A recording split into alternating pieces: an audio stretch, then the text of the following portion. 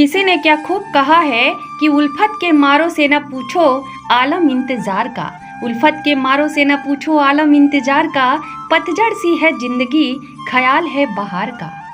भगवान श्री कृष्ण के बेटे सांब का विवाह दुर्योधन की बेटी लक्ष्मणा से हुआ था। बहुत से लोगों को ये बात पता नहीं होगी, लेकिन ये सच है। महाभारत में अनेक ऐसे पात्र हैं जिनके बारे में कम लोगों को जानकारी है। दुर्योधन की पुत्री लक्ष्मणा भी इनमें से एक है। लक्ष्मणा का विवाह भगवान श्री कृष्ण के पुत्र सांब से हुआ था। इस तरह श्री कृष्ण और दुर्योधन समधी हुए, लेकिन फिर भी इन दोनों ने अलग अलग पक्षों से युद्ध किया और अपने क्षत्रिय धर्म का पालन किया। आइए आगे जानते हैं कि लक्ष्मणा और दुर्योधन के पुत्र सांब का विवाह कैसे हुआ।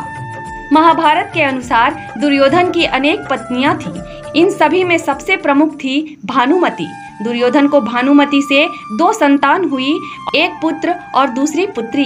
दुर्योधन के पुत्र का नाम लक्ष्मण था और पुत्री का नाम लक्ष्मणा था। महापुराण महाभारत में कई ऐसे रहस्य हैं जिनके बारे में बहुत ही कम लोगों को पता है। महाभारत भगवान श्री कृष्ण से शुरू हुआ और कृष्ण पर ही खत्म हो गया। भगवान कृष्ण ने मथुरा में जन्म लिया, गोकुल में पले बढ़े और द्वारिका में शासन किया, जो कि 7 पुरियों में से एक है और 4 धाम यात्रा में से एक धाम है। भगवान कृष्ण और जामवंती के पुत्र का नाम सांब था, जो भगवान कृष्ण की तरह 16 कलाओं से संपन्न था। सांब बड़ा होकर कृष्ण के कुल के यादवों के लिए एक उपद्रव बन गया। लक्ष्मणा, जो दुर्योधन की बेटी और लक्ष्मण कुमार की छोटी बहन थी, दुर्योधन अधर्मी था, लेकिन श्री कृष्ण ने अपने पुत्र का विवाह करवाया दुर्योधन की पुत्री से, क्योंकि सांब और लक्ष्मणा एक दूसरे से प्रेम करते थे। महाभारत में श्री कृष्ण पांडवों के पक्ष में थे। इस वजह से दुर्योधन श्री कृष्ण को पसंद नहीं करता था। वह श्री कृष्ण को शत्रु मानता था। लक्ष्मणा और सांब एक दूसरे से प्रेम करते थे। श्री कृष्ण और दुर्योधन एक दूसरे के शत्रु थे, लेकिन फिर भी श्री कृष्ण ने अपने पुत्र का विवाह दुर्योधन की बेटी से करवा दिया। श्री कृष्ण दुर्योधन को धर्म और शांति के मार्ग में सबसे बड़ी बाधा मानते थे। इसके बाद भी श्री कृष्ण के पुत्र का विवाह दुर्योधन की पुत्री से करवाया, ताकि दोनों बच्चों को उनका प्रेम मिले और वे सुखी जीवन जी सके। जब दुर्योधन को इस बात का पता चला तो वह क्रोधित हो गया। वह कभी भी अपनी बेटी का हाथ श्री कृष्ण के बेटे के हाथ में नहीं देना चाहता था। दुर्योधन ने आनन फानन में अपनी बेटी लक्ष्मणा का स्वयंवर आयोजित किया।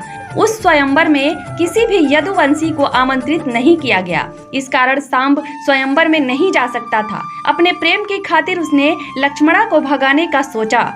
जब उसे पता चला कि दुर्योधन ने लक्ष्मणा का स्वयंवर रचाया है, तो वह बिन बुलाए हस्तिनापुर पहुंच गया और कौरव योद्धाओं के बीच में से लक्ष्मणा का हरण कर लिया। लक्ष्मणा भी सांब की वीरता देखकर उस पर मोहित हो गई और उसके साथ खुशी खुशी द्वारिका जाने को राजी हो गई। लक्ष्मणा के अपहरण पर भानुमति ने अट्टहास लगाया और दुर्योधन को अपने अपहरण की याद दिलाई।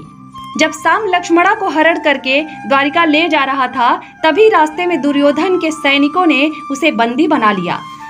लक्ष्मणा का स्वयंवर फिर से आयोजित किया गया, लेकिन कोई भी अन्य राजकुमार उससे विवाह करने को तैयार नहीं था, क्योंकि यह माना जाता था कि किसी अन्य व्यक्ति द्वारा अपहरित की गई महिला उसी व्यक्ति की थी। राजकुमार वास्तव में यादवों से डरते थे, जो सांब की ओर से उन पर हमला कर सकते थे। कर्ण के पुत्र वृषसेन ने अपने पिता का साथ छोड़कर श्री कृष्ण के पुत्र सांब का साथ इसलिए दिया क्योंकि वह सांब से प्रेम करता था और उसे लगा कि उसकी प्रेम कहानी में बाधा डालने वाला कोई भी नहीं है। वृषसेन और सांब के बीच प्रेम संबंध था। इसी वजह से वृषसेन ने अपने पिता कर्ण का साथ छोड़ दिया। वृषसेन ने पहले कुमार उत्तर से विवाह करने के लिए सहमति दी थी, लेकिन बाद में उसे एहसास हुआ कि वह केवल सांब से प्रेम करता है और उसकी प्रेम कहानी में बाधा डालने वाला कोई भी नहीं है। वृषसेन ने अपने पिता को मनाने का बहुत प्रयास किया, लेकिन जब उसे लगा कि वह ऐसा नहीं कर सकता, तो उसने अपने हृदय की बात सुनी और सांब का साथ दिया। बलराम को अपने कुख्यात भतीजे से बहुत प्यार था। जब ये बात श्री कृष्ण को पता चली तो वे स्वयं हस्तिनापुर आना चाहते थे, लेकिन बलराम ने उन्हें रोक दिया और कहा कि दुर्योधन उनका शिष्य है, वे इस मामले को आसानी से सुलझा लेंगे। इस तरह बलराम हस्तिनापुर आ गए। जब बलराम हस्तिनापुर आए तो उन्हें लगा कि उनका शिष्य दुर्योधन उनकी बात मान लेगा, लेकिन ऐसा नहीं हुआ। इसके उलट कौरवों ने बलराम को खूब भला बुरा कहा और उनका अपमान भी किया।